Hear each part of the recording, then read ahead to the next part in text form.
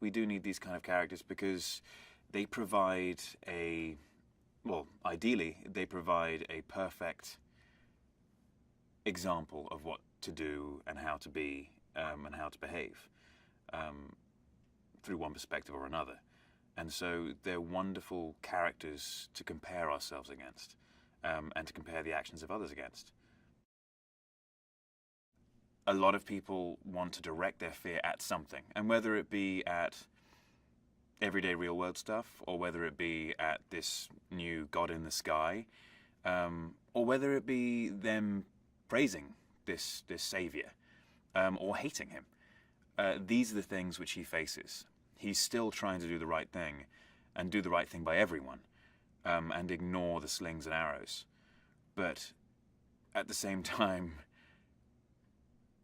try and find an understanding and get a closer connection to humanity. He has a connection to humanity through Lois and Martha and through Jonathan as well when he grew up. But otherwise he needs to study humans and their reaction to him so he knows how to be and how to best serve the human race. The relationship between Martha and Clark is the one constant. It's the one thing which hasn't changed. She will always see him, as every mother does, as a little baby, as a boy growing up. He may be a lot bigger and stronger, but he's still her little baby. And I think he will always see her as the mother figure, as the one to go to, the one to ask, why doesn't it make sense? And or just say, it hurts, fix it for me. When it comes down to Batman, Clark, Superman, doesn't agree with the way he carries out justice. He understands that Batman is trying to do this justice thing, but Clark's view is entirely different. His view is go about it in an ethical manner, where Batman is at any cost inflict justice. And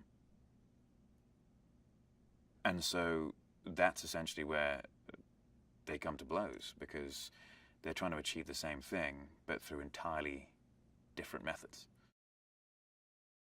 I think now's the right time to bring Wonder Woman in, because we have Superman, we have that baseline, we have the flip side of the coin, which is Batman, and we're missing that third essential piece of the triangle, which is the female power.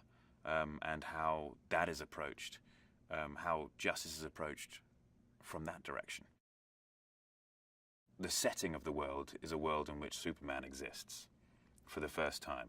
And so it's a world in turmoil, in flux. And it's the human response. So you see the human response in Batman, who fears him. You see the human response in Lex Luthor, who hates him because he hates a part of himself.